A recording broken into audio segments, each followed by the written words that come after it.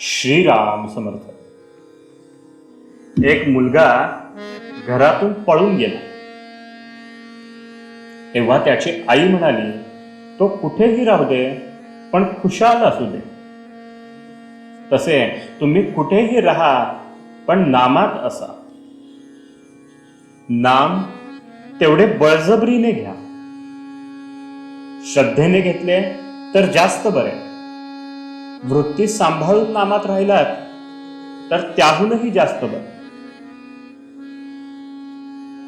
वनस्पतीच्या पाल्याचा रस काढण्यासाठी काही पाल्यांमध्ये मध घालावा लागतो, काहींमध्ये दूध, तूप किंवा पाणी घालावे लागते. तसे भगवंताचे प्रेम लाभण्यासाठी आणि नामात गोडी उत्पन्न होण्यासाठी त्या नामामध्ये थोडी श्रद्धा घाला. मी ब्रह्म आहे या अनुभवात सुद्धा मीपणा आहे. नाम त्याच्याही पलीकडे आहे. म्हणून भगवंताच्या नामाचे सतत स्मरण ठेवावे. त्यामुळे प्रपंच सोपा जातो. नामाची सत्ता फार बलवत्तर आहे. जगात असे कोणतेही पाप नाही की जे नामासमोर राहू शकेल. नाम हे त्याच्या शत्रूलाही मदत करते तर ते आपल्याला मदत करीलच. रूपाचे ध्यान मनामध्ये आले नाही तरी नाम सोडू नये. पुढे रूप आपोआप येऊ लागेल.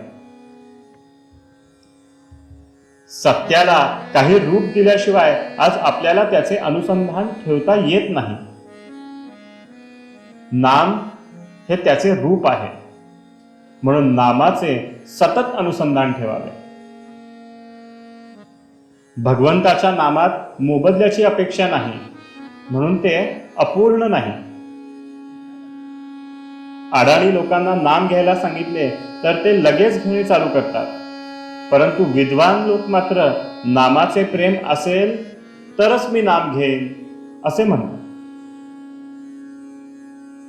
विषयरूपी सापाचे विष उतरलेले नसल्याने भगवंताचे अमृतासारखे गोड नाम आपल्याला गोड लागत नाही.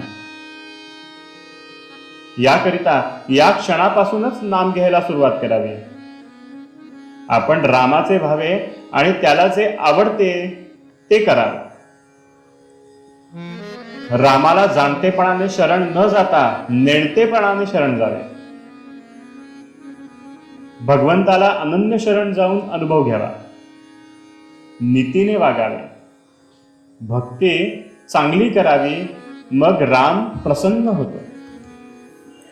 ज्ञान श्रेष्ठ खरे पण ते भक्तीशिवाय जगू शकत नाही. कारण भगवंताहून कधी विभक्त नसतो तो भक्त होय. आणि ज्ञानामध्ये भगवंताशी एकरूपत्व असते. म्हणून भक्तीमधून ज्ञान उत्पन्न होते आणि ते भक्तीवरच जगते. खरा भक्त ज्ञानीच असतो. भगवंतासाठी भगवंत पाहिजे म्हणून भक्ती करणारा लाखांमध्ये एखादाच असतो. खरी भक्ती ती हेच समजावी. नामाकरता आपण नाम घ्यावे. राम ठेवील त्यात समाधान मानावे. भगवंत हा प्रपंचासाठी साधन बनवू नये, तो साध्य असावा. ज्याने भगवंताच्या नामात आपल्या आयुष्याचा व्यय केला त्याने जन्माला येऊन सर्व काही साधले आणि जन्माचे सार्थक करून घेतले. आजचे बोधवचन: